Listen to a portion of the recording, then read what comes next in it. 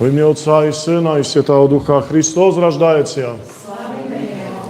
Возлюблені во Христі, браті і сестри, на днешній третій день Рождества Господа Ісуса Христа припадає нам святого первомученика і архидіакона Стефана. Dneska sme čuli krásne evangelie, ktoré má veľkú súvislosť so týmto sviatým. Evangelie hovorilo o tom, jak dajaký pán mal vinohrad, vinicu i toto prenajal dajakým svojim sluhom, dajakým robotníkom.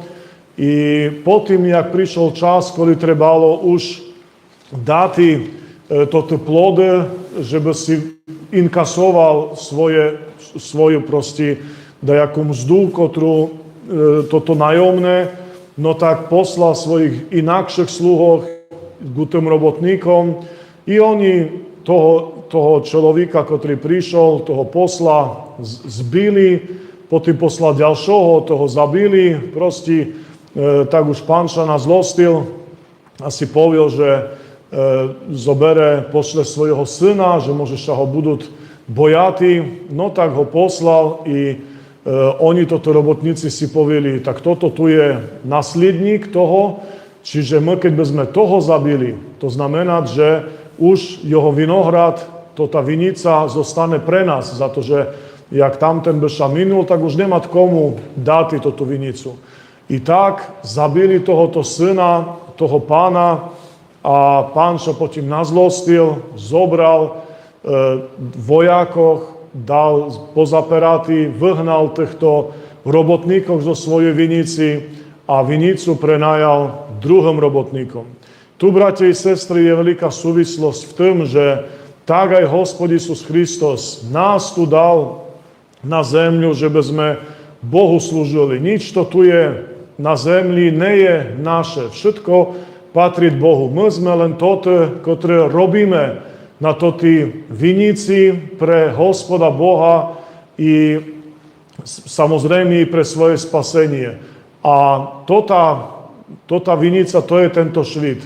A toto rôzne proste sluhové, ktorých pán posílal k tým robotníkom, že by od nich vyžádal tú mzdu, to boli všelijaké proroci, to boli rôzne ľudia zbožné, ktoré prichodzali na zemľu a že by dostávali dajakú upozorniti prosti, že daš to môže robiať ľudia zlé, alebo daš to robiať ne tak.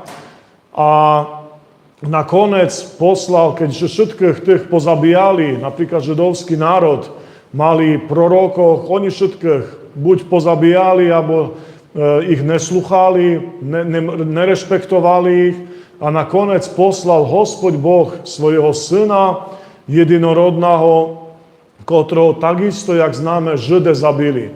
A tohoto jedinorodného syna propovidoval aj svätý Stefan.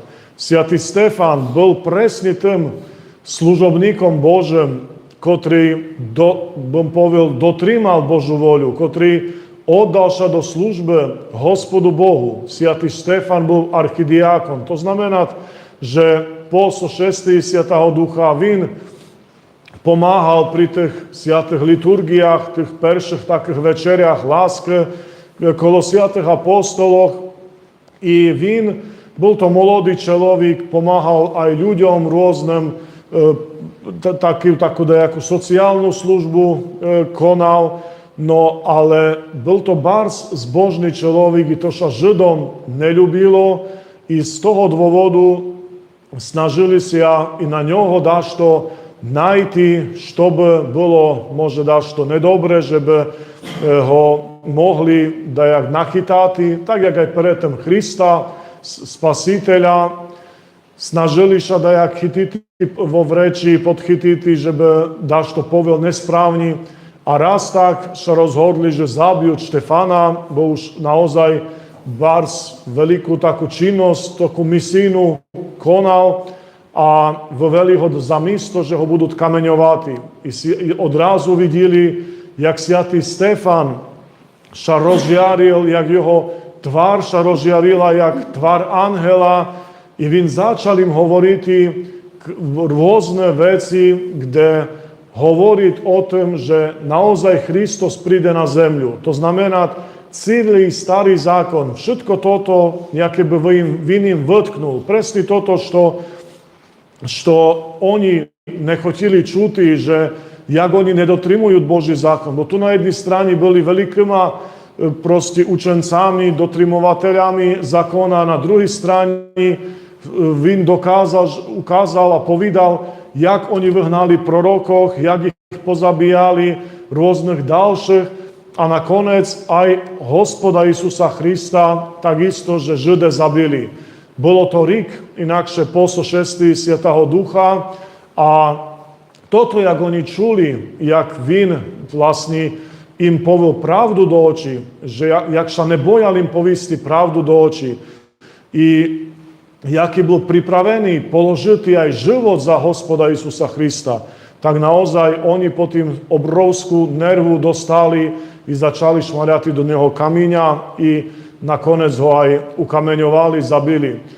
Vedľa nedaleko stojal apostol Pavel, ktorý vtedy ešte bol Saul, ktorý bol takisto veľký prenasledovateľ Isusa Krista i Christianoch. A vin takisto schvaľoval, što toto Žide zrobili, dokonca im strážil oblečenia a vin smotril, Stefan bol jeho aj nejaký príbuzný, bola tam aj Presviata Bohorodica zdaleka, smotrila so Sviatým Jánom Bohoslovom, jak za jej syna Božestveného umerať prvý mučeník, bo vin bol perší, ktorý bol zabitý za učenie Isusa Krista. Samozrejme máme tých 14 000 ditočok, ktorí boli zabité do 2 rokov, keď Herodes ich pozabíjal, takisto sú to mučeníci za Krista, ale to boli nemluvňatka, ktoré neznali, proste boli to ditočky, proste ešte maleňké a Isus Kristus ešte bol dieťa malé,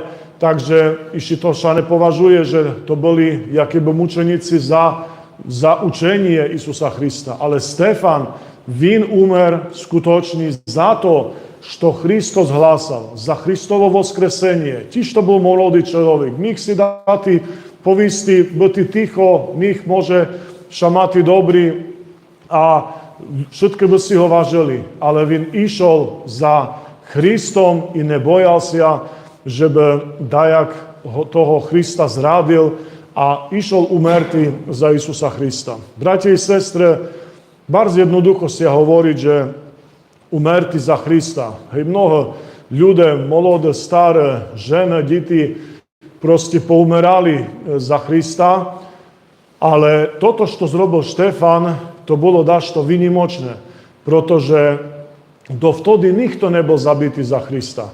Dovtedy nikoho, akože to bola vec, ktorá bola perša, nevydaná. To nebolo dašto, što už predtým dachto absolvoval, čiže ani sa neznalo, či je to správne, nie je to správne, ale Stefan napriek tomu to podstúpil. Vy napriek tomu takú mal víru i tak proste bol pripravený umrti za Krista, že znal, že to je správna vec i že nič pre neho neznamená tento život tu na zemli, ale znamenalo pre neho proste žitý a umrti za Krista a žitý s Kristom.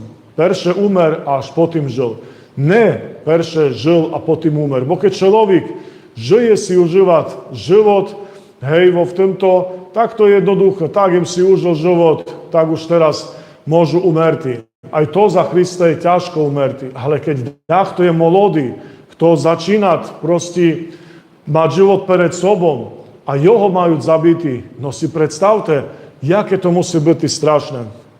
Poviem vám jednu vec, takú, nikda v živote nehváril ani na kázni, dajaké sny, alebo dašto také, ale si dúfam, že celkom veľká súvislosť. Toj noči je mal taký zajímavý sen. Ja nevíru na sny, samozrejme, ani nikda netreba dajak to bráti, že sen je dajak smerodátny, alebo máme sa podľa toho riadiť aj tak, hej, to proste treba všetko bráti s veľkou rezervom. Ale no samozrejme Svätý Josif, napríklad vo snímu Hospod Isus Hristos spolu što má robiti, že boli také samozrejme rôzne sviate, ktoré mali dejaké sny, že im povedali, što má človek, jak má robiti, ale toto, čo sa mi toj noči snilo, bola naozaj taká súvislosť, ktorá má veľa spoločné so touto témom i so sviatým mučníkom Stefanom. Boli sme vo vlaku dajakom, ktorý desi išol. Ja im perše neznal, bolo tam vece ľudí, sme boli akéby spolu. Malem taký pocit, akéby sme išli proste dakde, skadiša už neverneme proste. A odrazu prišlo, že my budeme zabité. Že budeme zabité za Krista. Všetko, čo sme v tom vlaku. Že sme christiane, takže nás dakde proste vezút a že tam umreme. A ja im si vtedy uvedomil, jak nejem pripravený na smrť. A vtedy im si uvedomil, však im sa ani nerozlúčil so svojima blízkyma. Čo budú teraz robiť? Jem ja pripravený, že by jem umer za Krista? A teraz pozerám a ostatní ľudia, ktorí tam boli, začali odrazu, jak sme sa to doznali, že máme byť zabití za Krista, odrazu začali hľadať nejaké paperíky, že by poslali nejaký odkaz svojim blízkym, že keď nás zabijú, takže by kolo nás našli nejaký paperík. Proste pozerám, tam jedna nejaká žena napísané bolo pre mámu.